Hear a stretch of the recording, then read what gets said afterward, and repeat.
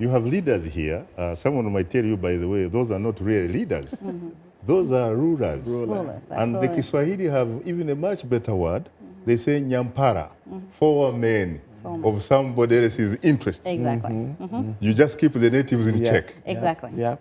But you get those types of people in those positions precisely because they have not been chosen. Nope.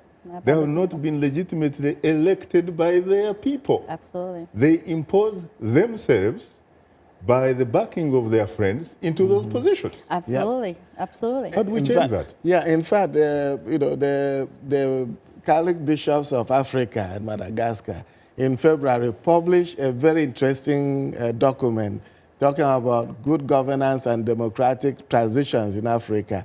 And they said that there is, among other things, corruption and all of that is plaguing the continent. They said there is a great deficit, that's the word they use, a gap between the so-called leaders and the people. And until we try to bridge that, things are going to continue as usual.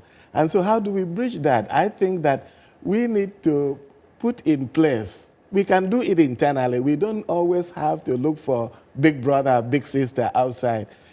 Put internally the mechanisms of letting people feel some kind of ownership of the process of governing themselves.